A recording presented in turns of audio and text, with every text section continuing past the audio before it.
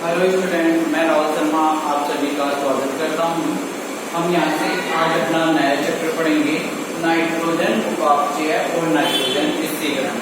इससे पहले मैंने आपको जो वाष्प उत्सर्जन पढ़ाया था, उस वाष्प उत्सर्जन में मैंने आपको जो टॉपिक है अपना, मतलब जो भी क्वेश्चन बन रहे थे उसमें से मैंने आपको डाल दिए हैं।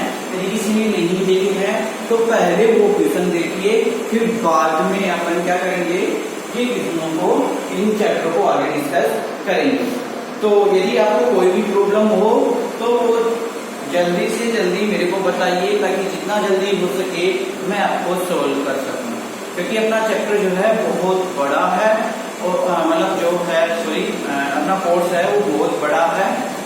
और यदि आप टाइम से टाइम यदि इन चैप्टरों को क्लियर करते जाओगे तो आपको आगे प्रॉब्लम नहीं आएगी, नहीं तो बहुत सारी प्रॉब्लमों का सामना करना पड़ सकता है आपको। अब यहाँ से मैं नाइट्रोजन उपापचय और नाइट्रोजन स्थिरीकरण, आप सभी ये तो जानते ही होंगे कि जो वायुमंडल है अपनी, उस वायुमंडल में 78% नाइट्रोजन उपस्थित है। क्या है? 78% में वायुमंडल में नाइट्रोजन उपस्थित है, 21% में ऑक्सीजन उपस्थित है, और जो रिमेनिंग गैसें हैं वो उन रिमेनिंग गैसों में 1% अपना वायुमंडल ग्रहण लेता है। ठीक है, 78% तो नाइट्रोजन उपस्थित रहेगी, 21% ऑक्सीजन उपस्थित रहेगी, और बाकी की जो भी गैसें हैं वो 1% उपस्थित रहेगी। ये आपने पिछली कक्षा में देख लिया होगा। अब देखिए, मैं आपको बता देता हूं कि अपने जो ये वायुमंडल में 78% जो नाइट्रोजन है, उस नाइट्रोजन को पादप अवशोषित नहीं कर सकते हैं। क्या नहीं कर सकते? पादप उनको अवशोषित नहीं कर सकते। तो क्या किया जाएगा, जो वातावरण है अपना, उस वातावरण में से इस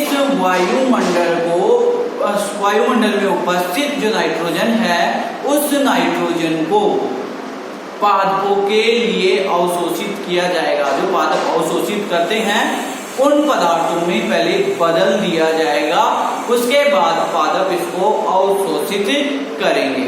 अब देखिए, जैसे मैं नाइट्रोजन चक्र की बात करूं, पहला जो अपना टॉपिक आएगा यहाँ नाइट्रोजन चक्र, और नाइट्रोजन चक्र के बारे में मैं डिस्कस करूंगा।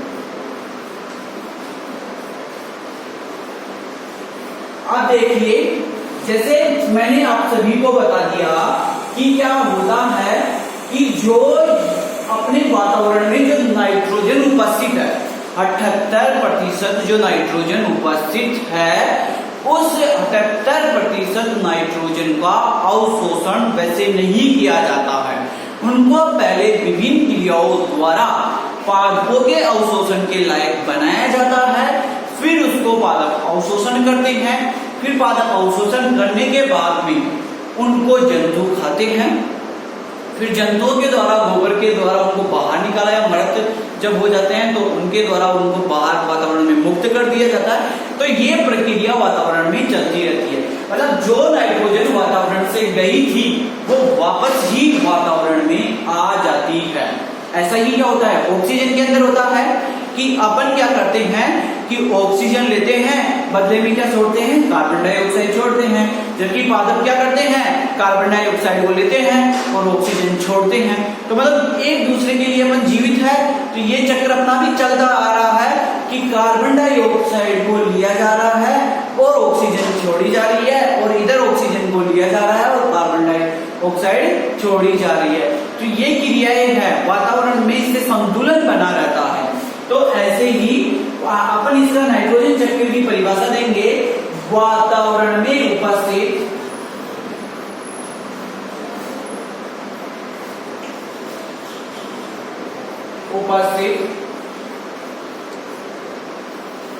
नाइट्रोजन का विभिन्न क्रियाओं द्वारा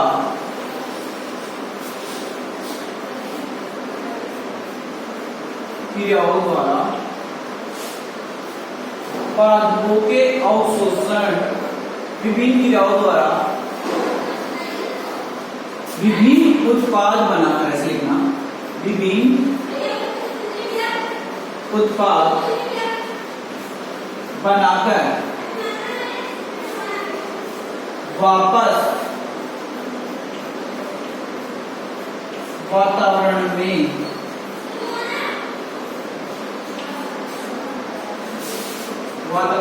परिवर्तित करने की क्रिया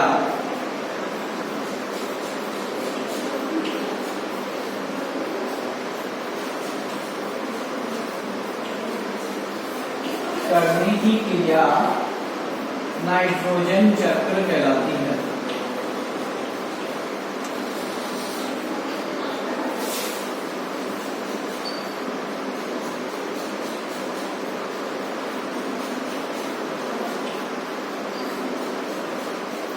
अब देखिए अपन ने क्या किया है, जो नाइट्रोजन थी वातावरण में, उस नाइट्रोजन को विभिन्न क्रियाओं द्वारा, अभी पढ़ेंगे कौन कौन सी क्रियाएं वातावरण में होती है, तो विभिन्न क्रियाओं द्वारा विभिन्न उत्पाद बनाकर वापस वातावरण में परिवर्तित करने की क्रिया क्या कहलाएगी, नाइट्रोजन चक्र कहलाएगी।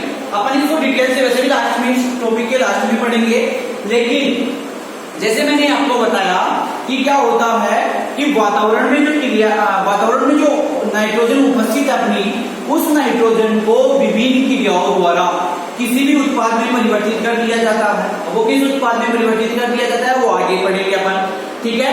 फिर उन उत्पादों को पादप अवशोषण करते हैं, पादप अवशोषण करने के बाद में उनको जंतु लेते हैं, और जंतुओं के अवशोषण के बाद में उनको, जैसे जंतु मृत हो जाते हैं या फिर गोबर के द्वारा उनको बाहर निकालते हैं जो उत्पाद बने हैं, फिर विनाइट्रीकरण द्वारा उनको वापस नाइट्रोजन में बदल के वातावरण में मुक्त कर दिया जाता है। तो ये क्रिया क्या होती है, लगातार चलती रहती है। तो लगातार जो इस क्रिया के चलने की चक्र को अपन नाइट्रोजन चक्र कहते हैं। अब ये तो आपने परिभाषा लिखी ही है, इस परिभाषा के बाद में आपको क्या करना है, जैसे अपने पास क्या है कि नेक्स्ट लाइन है, उस नेक्स्ट लाइन से एरो करना है, और एरो करके आपको लिखना है कि नाइट्रोजन चक्र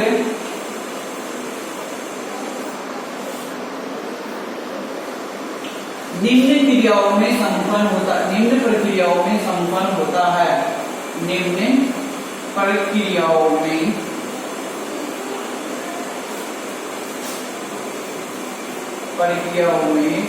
संपन्न होता है, ठीक है। तो निम्न प्रक्रियाएं कौन कौन सी होगी, मैं एक करके लिखता हूं, नाइट्रोजन का स्थिरीकरण,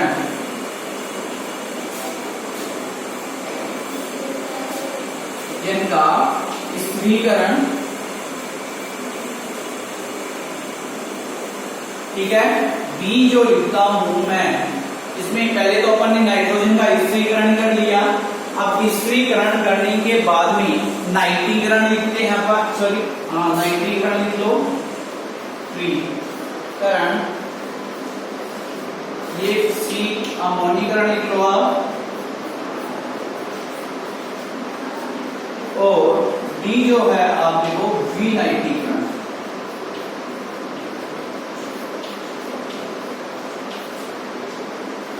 ठीक है।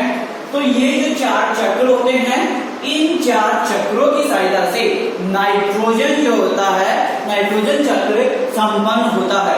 अब अपन ने चार चक्रों की बात कर ली है, अब बारी बारी से एक एक चक्र के बारे में यहाँ डिस्कस करेंगे। तो देखिए क्या नाइट्रोजन स्थिरीकरण का मतलब क्या होता है। नाइट्रोजन स्थिरीकरण का मतलब होता है जो वातावरण में जो उपस्थित जो नाइट्रोजन है उसको पादपों के लिए अवशोषित कर, पादपों के लिए अवशोषण योग्य बनाना क्या कहलाएगा, नाइट्रोजन का स्थिरीकरण कहलाएगा। अब जैसे मैंने बोला कि जो वातावरण में जो नाइट्रोजन है उसको अवशोषित नहीं कर पाते हैं पादप, तो चाहे कोई सी प्रक्रिया हो उनके पादप के द्वारा पादपों के लिए अवशोषण के लिए जो बनाई गई प्रक्रिया है वो नाइट्रोजन का स्थिरीकरण कहलाती है। तो मैं यहां से लिख सकता हूं नाइट्रोजन का विभिन्न क्रियाओं द्वारा, नाइट्रोजन का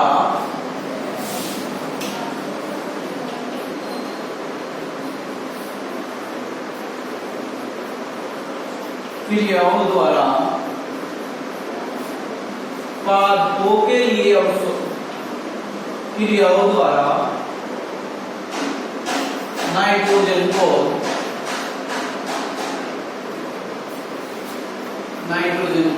पादपों के अवशोषण के लिए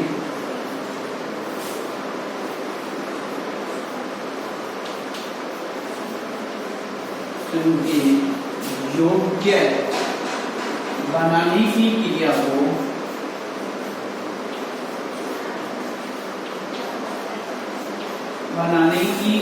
को नाइट्रोजन स्त्रीकरण कहा जाता है। नाइट्रोजन स्त्रीकरण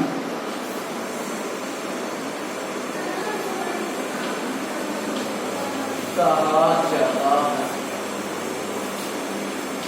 ठीक है, अब क्या कर रहे हैं अपन, चाहे कोई भी प्रक्रिया हो, उस प्रक्रिया द्वारा इनको क्या कर दे रहे हैं कि जो पादप जो अवशोषण कर सकते हैं उनके योग्य अपन इनको बना रहे हैं।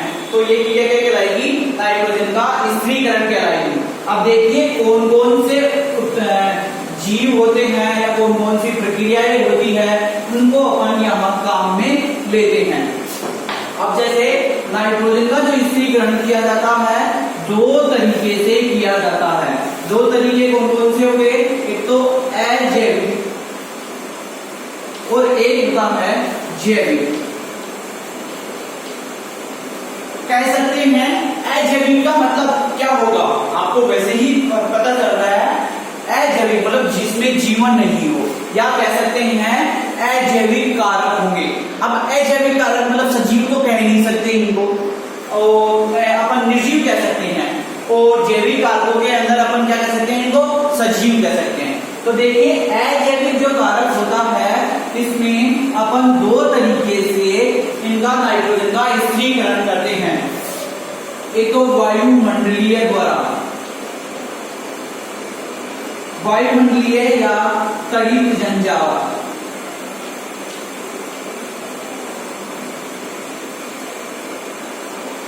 देखिए तड़ित जंजावट का मतलब होता है कि जो बिजली चमकती है, उस बिजली के चमकने से भी नाइट्रोजन जो होती है, नाइट्रोजन के उत्पादों में बदल जाती है। ठीक है, और दूसरा जो है यहाँ औद्योगिक निर्माण में, मतलब अपन क्या करेंगे कि इनको फैक्ट्रियों में कैसे बनाएंगे? औद्योगिक निर्माण द्वारा। अब पढ़ेंगे यहाँ पे कि कैसे कैसे अपन इनको बना सकते हैं औद्योगिक निर्माण द्वारा। जैविक में भी अपन दो प्रक्रियाएं पढ़ेंगे, कौन कौन सी? एक तो असहजीवी और एक हुआ सहजीवी। देखिए मतलब सहजीवी, आपने पिछली कक्षा तो 6th क्लास से चलता आ रहा है कि सहजीवी क्या होता है और असहजीवी क्या होता है। सहजीवी का मतलब होता है ऐसा संबंध जिसमें दो जीव या दो पादप आपस में एक दूसरे के बिना जीवित नहीं रह सकते हैं, वो संबंध तो कहलाता है सहजीवी। और असहजीवी जो संबंध होता है, इसमें दोनों की कोई भूमिका नहीं होती, दोनों ही अलग अलग अपना जीवन यापन करते हैं। जैसे मैंने आपको बताया था कि कवक और शैवाल मिलकर लाइकेन का निर्माण करते हैं। तो वो क्या होगा? कवक और शैवाल जब दोनों का निर्माण नहीं होगा, जब तक लाइकेन का भी निर्माण नहीं होगा, मतलब दोनों जब तक मिलेंगे नहीं तब तक लाइकेन का निर्माण नहीं होगा। तो वो संबंध कौन सा हो गया? सहजीवी संबंध। और असहजीवी का मतलब होता है कि कोई जरूरी नहीं कि कहीं भी रहे कहीं भी मत रहे, उससे मतलब क्या होता है? ऐसे असहजीवी संबंध होता है। अपन बात करेंगे उसमें आगे इन टॉपिकों में। एक सहजीवी में मैं आपको एक और बात बता देता हूँ जो हमेशा पूछा जाता है कि माइकोराइजा जो होता है, वो जो पाइनस का पादप होता है, उस पाइनस के पादप की जड़ों के बिना उगी ही नहीं सकता, वृद्धि ही नहीं कर सकता। तो माइकोराइजा और जो पाइनस है, इन दोनों के पादपों के मध्य भी सहजीवी प्रकार का संबंध पाया जाता है। ठीक है। अब देखिए इसके बाद में अपन बात करते हैं अजैविक या अजैविक में वायुमंडलीय कारकों की या तड़ित जंजावत की। तो आपको इसमें थ्योरी लिखने की कोई जरूरत है नहीं, जैसे आप मन से भी लिख सकते हो, फिर भी मैं आपको बता देता हूं कि कैसे कैसे क्या क्या होगा। देखिए ये जो वातावरण में अपनी जो नाइट्रोजन है, इस नाइट्रोजन को या तो नाइट्रिक अम्ल में बदलना पड़ेगा या नाइट्रेट में बदलना पड़ेगा। दो होते हैं HNO3 जिसे अपन नाइट्रिक अम्ल बोलते हैं, ठीक है, नाइट्राइल अम्ल HNO2, एक इसमें से और जाता है, उसका मतलब नाइट्राइल अम्ल में बदलना पड़ेगा, तभी ये क्या करते हैं, या फिर अमोनियम आयन को भी पारक क्या कर लेते हैं, अवशोषण कर लेते हैं, थोड़ी सी मात्रा में, ज्यादा मात्रा में नहीं। तो अपन कह सकते हैं कि क्या होगा कि नाइट्रिक अम्ल, नाइट्रेट अम्ल और अमोनियम इनमें बदला जाएगा, तब ही पादप उनको नाइट्रोजन को अवशोषण कर पाएगा, नहीं तो वो नाइट्रोजन को अवशोषण ही नहीं कर पाएगा। अब देखिए जैसे क्या है कि वातावरण में जो अपने पास नाइट्रोजन उपस्थित है, ठीक है, वो नाइट्रोजन क्रिया करती है किसके साथ, वायुमंडल में जो ऑक्सीजन उपस्थित है उसके साथ अभिक्रिया करती है और नाइट्रोजन ऑक्साइड में कन्वर्ट हो जाती है, नाइट्रोजन ऑक्साइड में कन्वर्ट हो जाती है।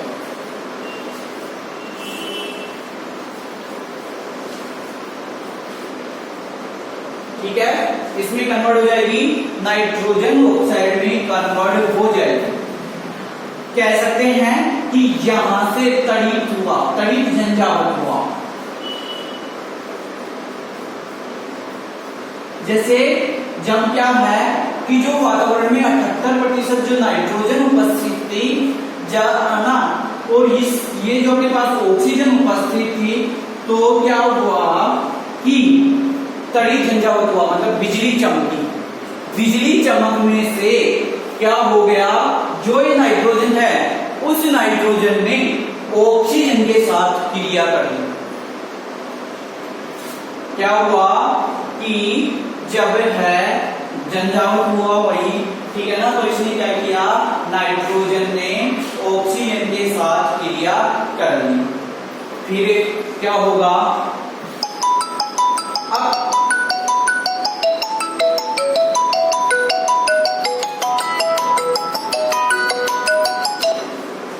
अब अपन ने तो बात की है किसकी, कि क्या होगा कि जो ये अपने पास है ये नाइट्रोजन, इसको तो काम ही क्या है नाइट्रोजन का, मतलब ये विभिन्न प्रक्रियाएं चल रही है, इन प्रक्रियाओं का कार्य ही क्या है कि या तो नाइट्रेट में, सॉरी नाइट्रिक अम्ल में, नाइट्रेट में, अमोनियम आयन में, किसी में भी कन्वर्ट करना है इनको। तो फिर इसने क्या किया कि जो ये नाइट्रोजन ऑक्साइड जो अम्ल बना था, इसने इससे किया कि वापस ऑक्सीजन से अब नाइट्रोजन डाइऑक्साइड का निर्माण हो गया।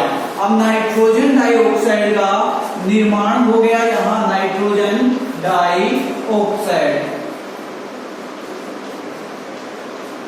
अब ऑक्साइड का निर्माण हो गया, बरसात बरसी, मतलब बरसात में क्या हुआ, बरसात का पानी जो आया, उस पानी से क्या किया, इस नाइट्रोजन डाइऑक्साइड ने अभिक्रिया की और नाइट्रिक अम्ल में कन्वर्ट कर दिया। नाइट्रिक अम्ल में कन्वर्ट करने के बाद में, ठीक है, ये क्या हो गया, नाइट्रिक अम्ल हो गया। अब ये नाइट्रिक अम्ल क्या हो जाएगा, अवशोषण हो जाएगा पादपों के द्वारा। तो एक तो अपन ने क्या किया, और इसको वायुमंडलीय या तड़ी जंजावत के द्वारा इसको कन्वर्ट कर दिया है। अब इससे आगे जैसे औद्योगिक आपको हेबर प्रक्रम है, वो आप सभी जानते हैं, हेबर प्रक्रम के द्वारा अपन कल पढ़ेंगे। तब तक धन्यवाद।